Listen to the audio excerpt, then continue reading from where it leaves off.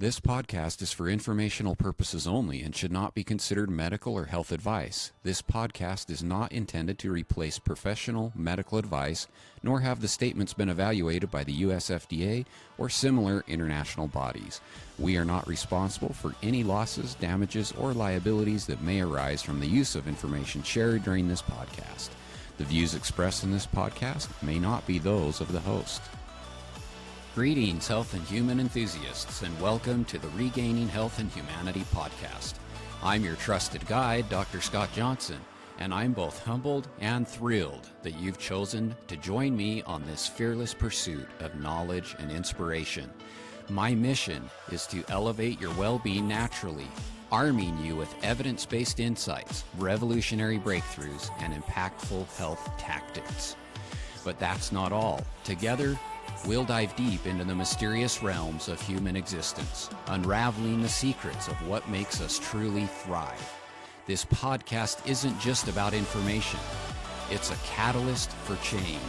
Join me in confidently exploring potent natural solutions, cutting-edge health strategies, and igniting courageous conversations that cultivate meaningful connections and foster empathy for humankind. I'm here to empower you to unleash your extraordinary potential and lead a life jam-packed with boundless health and happiness. So get ready. Your extraordinary journey to boundless health and happiness starts now. Good day, listeners, and welcome to the Regaining Health and Humanity podcast. I'm your host, Dr. Scott Johnson, and I'm grateful that you are listening today. Traditional Chinese medicine has a centuries-long history of use, as do aromatics. Recently, these two worlds have collided as essential oils are used along with Chinese medicine. Today, I've invited a practitioner of traditional Chinese medicine that incorporates essential oils to discuss how these two ancient practices can be used together to improve human health.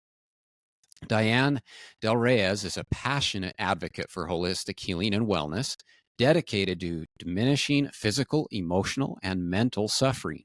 With over 3 decades of combined experience in natural health, she brings a wealth of knowledge and a compassionate approach to her wellness business. A licensed acupuncturist and certified holistic health coach, Dianne holds a master's degree in traditional Chinese medicine from the Oregon College of Oriental Medicine. Her commitment to continuous learning led her to further her education at the Institute of Integrative Nutrition, where she graduated as a certified holistic health coach in 2010. Dianne's expertise has extended beyond her clinical practice. As the creator of 2 highly successful online courses, AcuOil Alchemy and Leverage Your Holistic Business Academy, she empowers fellow practitioners to embrace holistic healing methods and build thriving wellness businesses. This unique combination of traditional wisdom and modern holistic approaches allows her to offer a comprehensive, personalized blend of ancient healing traditions with contemporary wellness practices for her students. Welcome, Dianne.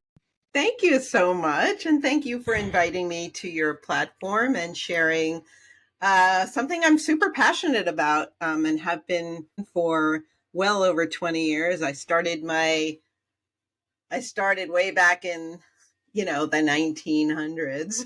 Yeah. Way back then. Way back then. And so I've been really interested in this medicine and now in blending these 2 modalities together.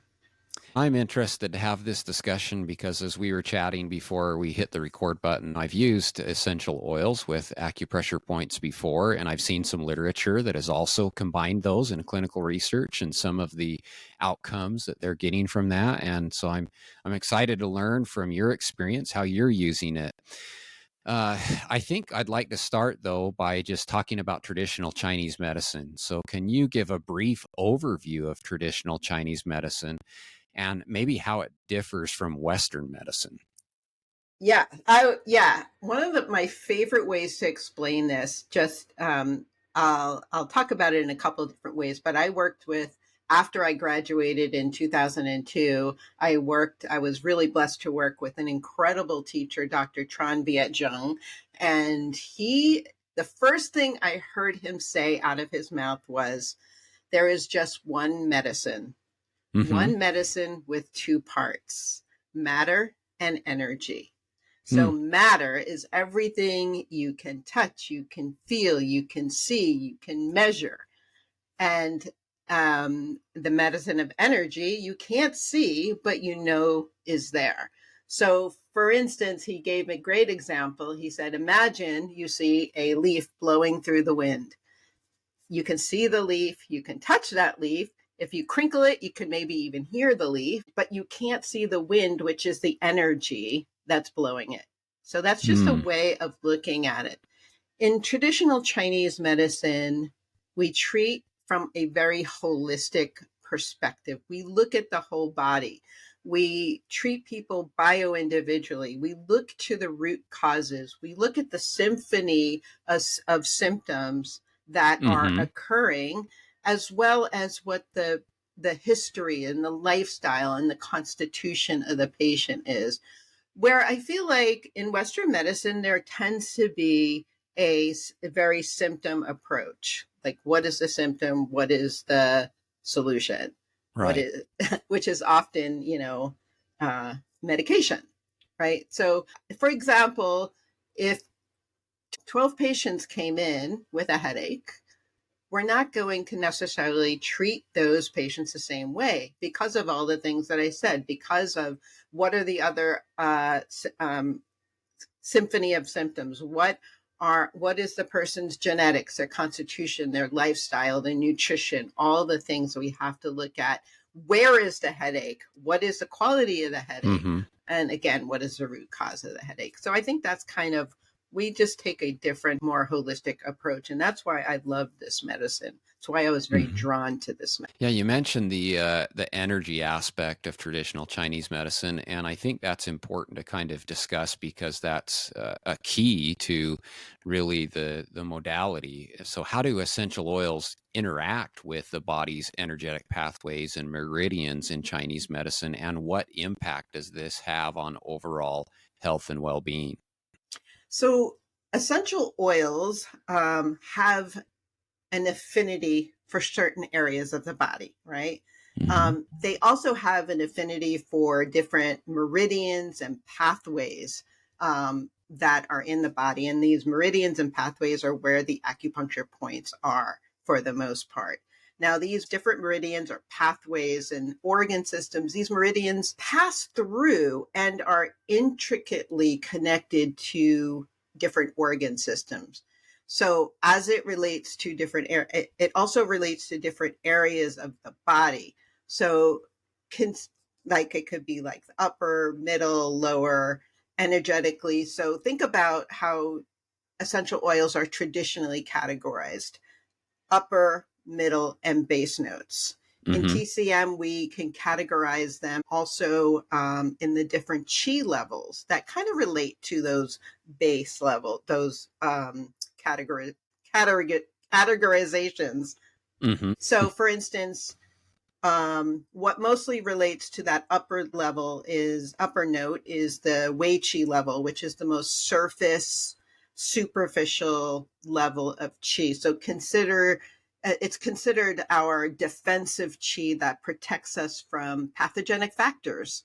Now, the next level would be what's called the Ying.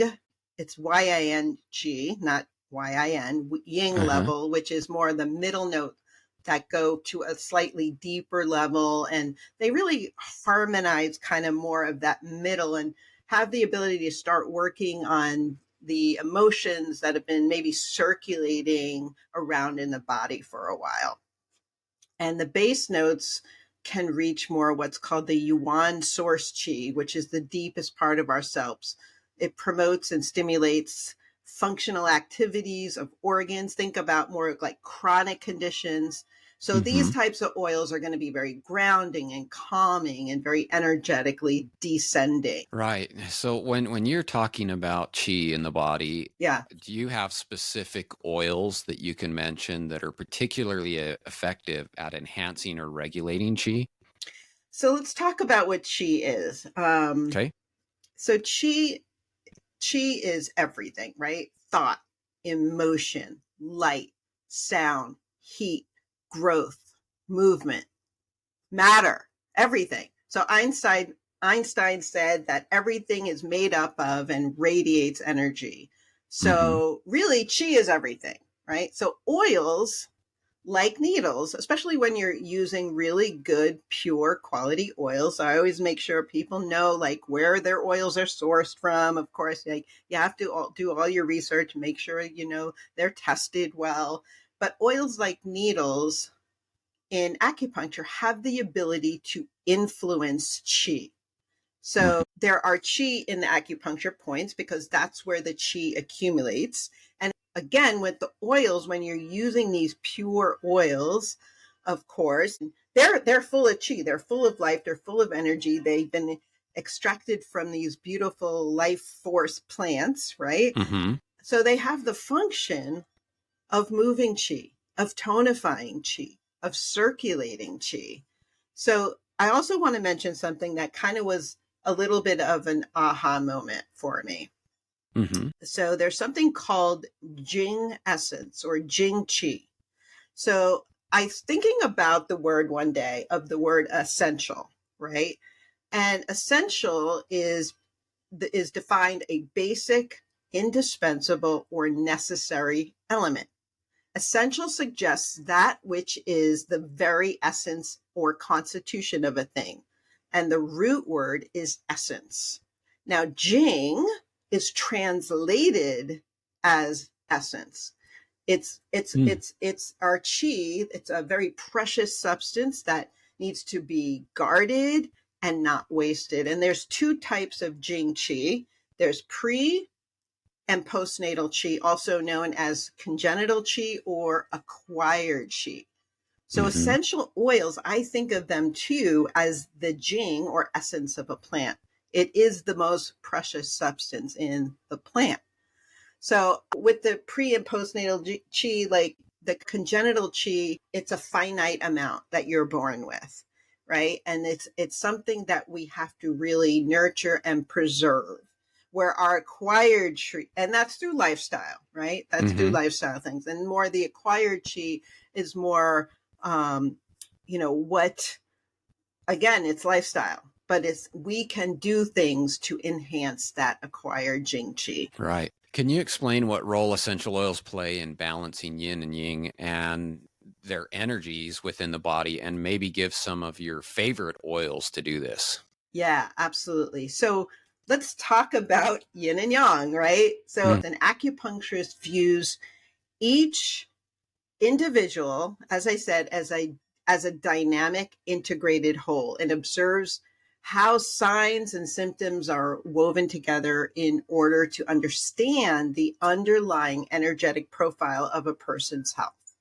So acupuncturists are trained to develop different diagnostic skills to effectively evaluate the quality, quantity, and balance of qi that's flowing in the body. Now, yin and yang is not just a cool, hippy dippy little symbol that most people look at and think is kind of cool, but it's actually a diagnostic tool for acupuncturists. So, generally, anything that is moving, ascending, bright, progressive, hyperactive pertains to yang.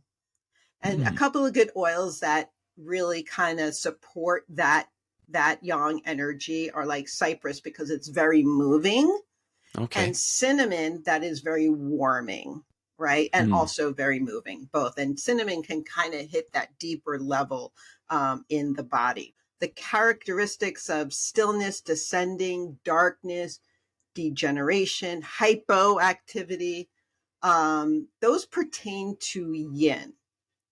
And a couple of oils that really are good at nourishing yin are cedarwood and vetiver. It's interesting because when I started using essential oils super reluctantly, like 12 years ago in my acupuncture practice, I thought they were just hooey, and I thought they were just, not real medicine. But because my dear friend, who's a naturopathic doctor, introduced me and said she was having good results, I was like, okay, I will try them. And I really had amazing results for my patients in the first month, like hard things that I've been working on. But I needed to understand it, all of this within the framework of Chinese medicine. And I had kind of like one of those V8 moments where I was like, wait a minute, where do you think part of my scope of practice is prescribing herbs. Right. And so I was like, wait a minute, where do you think these oils are coming from? The actual herbs that I'm prescribing. And yet they're so much more potent, 50 to 70% more potent than the herb equivalent. So that hit me. That really hit me. And when I realized how powerful they are and how they can work within the framework of Chinese medicine, I was definitely hooked. It's interesting that you had mentioned cypress, because that is one that we typically use for circulatory issues to try and move the blood around. And so Totally. Yeah. There is some type of correlation there, I guess, between the Chinese medicine and how it's used in just aromatherapy in general. Oh my gosh. Yeah. There's so many crossovers. So many crossovers. Another concept in traditional Chinese medicine that people probably aren't familiar with is dampness. So can you explain just a little bit about dampness, and then how essential oils help in reducing or eliminating dampness in the body? Yeah. So again, we have many diagnostic tools in our toolbox as TCM practitioners. I mentioned yin and yang. There's also 5 elements. There's using all of the senses. And there's something called the 6 pathogenic factors: wind, heat, dry, cold, and damp. So dampness tends to show up as heaviness, sluggishness, bloating, a lot of phlegm. Now, it's often related to our spleen and stomach and lung organs, but it can show up in different ways, like edema. So that is one of the pathogenic factors that we look at when we're diagnosing. And through the intake, we can find out some of those qualities, but also looking at somebody's tongue. So our tongue shows us so much. And often a damp tongue will have a heavy coat, thick coat. And if there's heat involved, it'll be like a thick yellow coat. So those are some of the qualities of dampness. And lemon oil is one. There's several, but the lemon oil is like kind of a go-to when you have dampness in the body. It loves to break that down. And you can use that on, because I teach people how to use the oils on acupuncture points, and spleen 9 is a great point to that resolves damp. So what about the acupressure points? Because you obviously have a lot of experience in using essential oils on specific acupressure points. Are you uniting principles or properties of an essential oil that would generally work for where you're applying it on the acupressure point, or how are you using these in conjunction? That's exactly what I do. That's exactly what I teach. I teach people how to use essential oils on acupuncture points. So obviously there's the traditional ways, but I'm all about teaching how to use essential oils on acupuncture points. And because, both the oils and the essential oils have so many different functions: moving qi, clearing heat, tonifying or strengthening qi.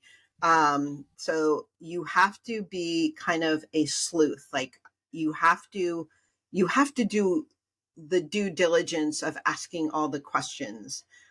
So that's kind of what I teach my students, is what are the right questions to ask so that you can come up with this protocol that's specific to the individual's needs, and choosing the right oils and the right points. And so all the things that we talked about, you need to understand so that you can match the oils on the points. And I actually, for the most part, don't use pressure, Mm. because these are the acupuncture points have as where the chi accumulates, and they have so much chi, and the oils have so much chi. Like when you bring those points, the drop of oil on your finger to a point, and you hold it there, you just hold it there with a quiet mind, and you can actually feel the chi of the point and the oil coming together. You'll feel a sensation. Sometimes it's warm.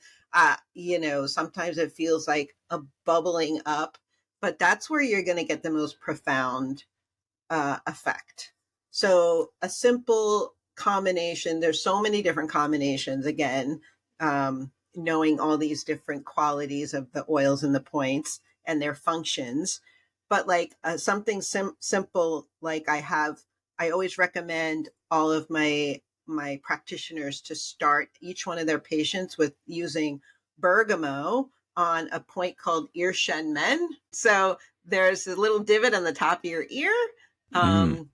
And the point is very specific, but as long as you get it on that point and you're holding it on both points, you will see their nervous system just completely relax. So Mm. right before any kind of treatment they're doing, whether you're a massage therapist, an acupuncturist, a chiropractor, or whatever your modality is, it's a really great way to balance the left and right brain hemisphere. That point that I'm having them do it on is called Shen Men, which means gateway to the spirit. So it's really calming. Another really good point is using like lavender, which is kind of that middle note. It has kind of a gentle circulating of chi. It's not like cypress where it's super moving, but it's more like a circulating gentle chi. And then use that on your third eye between your eyebrows. And Mm-hmm. again, it's like your mind quiets, you feel relaxed, it calms the mind. And when you just hold it there, you can really feel that connection to the oil. It's really powerful. I found that interesting. What you said is that you don't generally use pressure on the points that you're Yeah. using. And so when you do this, it's more of just we're leveraging an acupoint as an application point for applying the essential oils and allowing the essential oils to kind of work on an energetic level with that particular point rather than having your pressure do the same or a needle do it. Is that accurate? That's very accurate, and it's like I like to say that's where the magic happens. Like just allowing that chi of the energy of the oil and the point really come together and do some magic. It's amazing how much you can do with oils as that you could do with needles. And if you think about it, like a needle is lifeless. It's Mm-hmm. stainless steel, Yeah. and it can influence the chi, and it obviously can penetrate the skin and go deeper, but so can the oils, right? It just has a gentler effect. And so especially for acupuncturists out there, if their patients are needle phobic, you can use oils. It's really effective. I'd like to get some ideas of some specific case studies, maybe, or some patient interactions that you've had. So, can you share any studies or examples where essential oils have been successfully used to treat a condition or help somebody with a condition Yeah. related to ki or chi imbalance or yin yang disharmony or dampness using essential oils on acupoints? Yeah.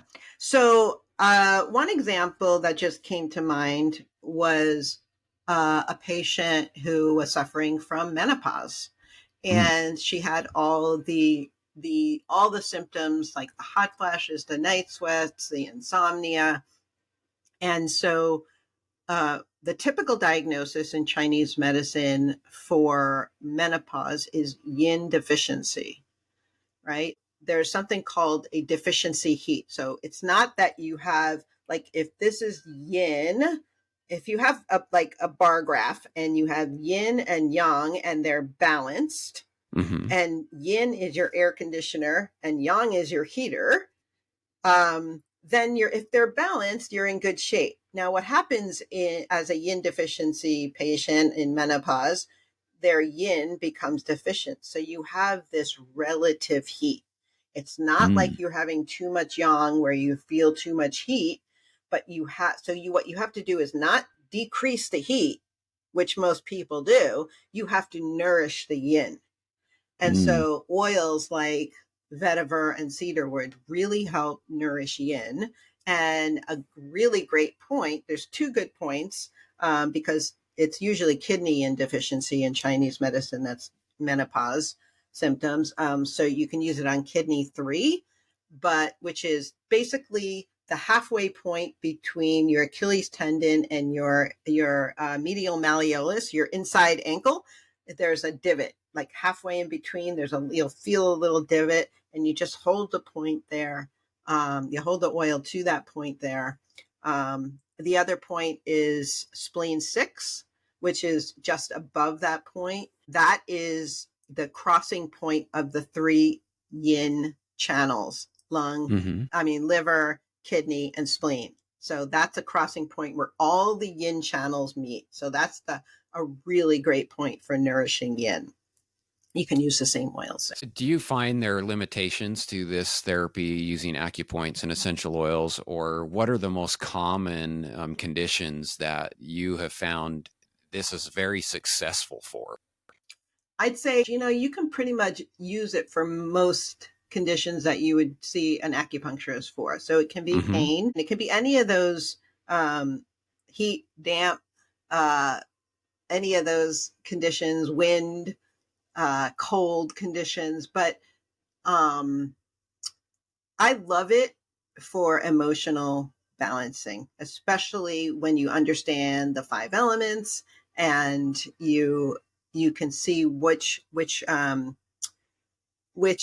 emotions are attached to the elements, and then you can choose the points, because also there are meridians that are also associated, and organ systems that are associated with the different elements. Can I give you a specific maybe person that might come in? Maybe you have an avid runner that is very active, and they're maybe preparing for a half marathon or a marathon or something like that, but then they come in because they have some IT band issues or a piriformis syndrome or something like that.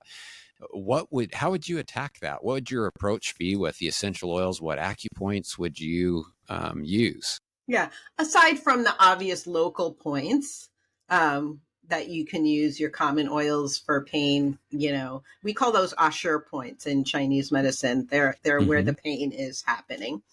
But you want to move qi and blood throughout the whole body. So there's 4 points. There are actually 2 points, but 4 locations, and they're called the 4 gates.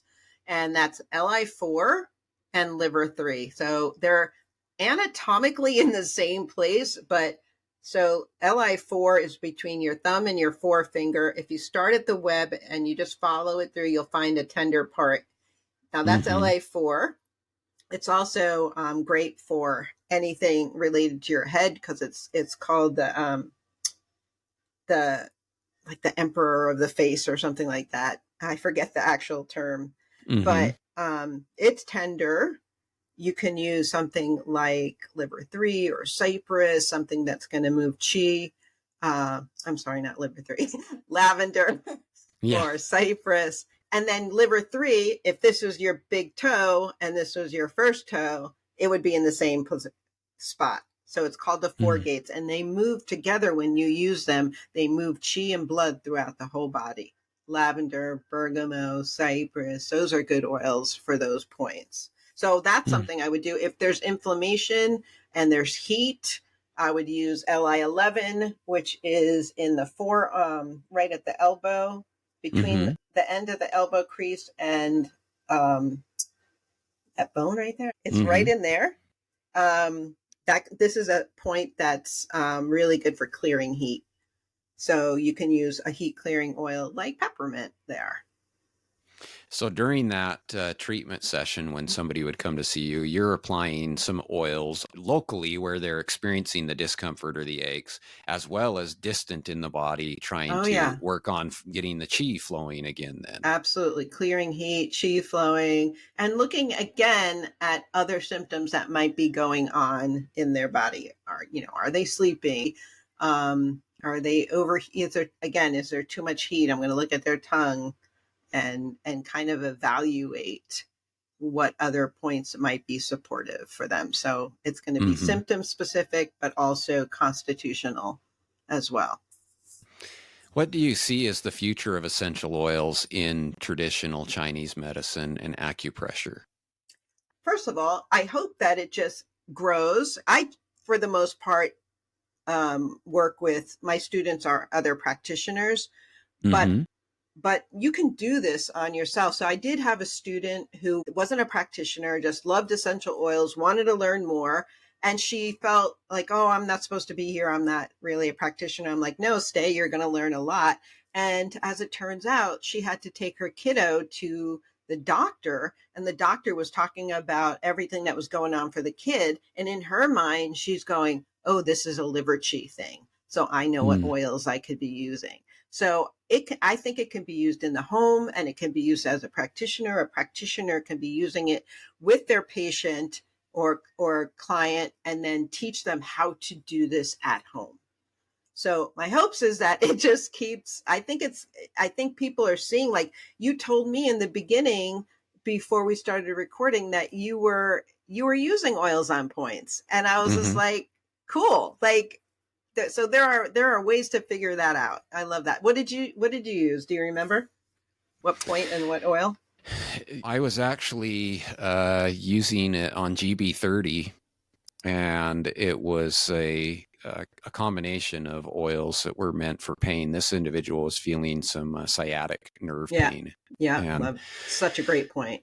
so GB30 was what we did. We put the oil on and then put some pressure on it. And I don't know, it Yeah. seemed like it had an enhancing effect to me. Definitely. And I will say there are exceptions to the rule as far as the application. Like Mm-hmm.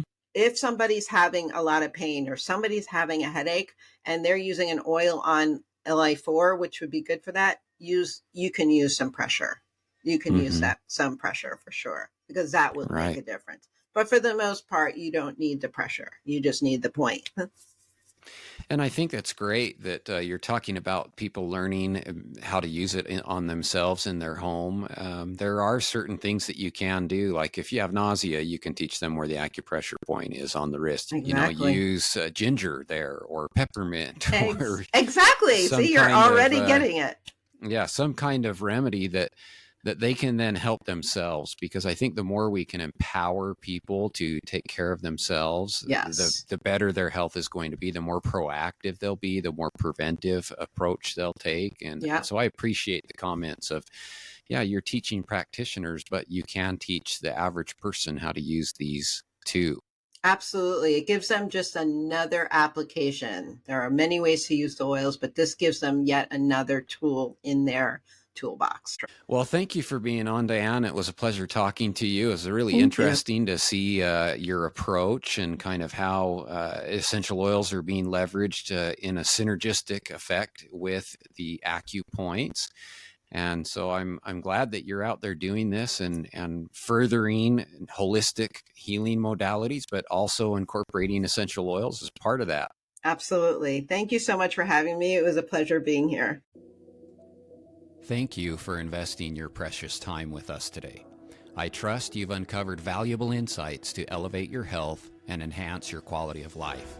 If you're hungry for more evidence-based wisdom to transform your well-being, I invite you to check out my 20-plus books, all waiting to be explored on my website, authorscott.com. Don't miss out on the chance to supercharge your knowledge. Please share, like, and subscribe to be part of the movement revolutionizing lives. In a world drowning in noise and endless information, your share can be the beacon that guides others to a better life. Together, let's make a difference by amplifying the life-changing knowledge you've gained today. Until next time, here's to your journey to boundless health and unbridled happiness.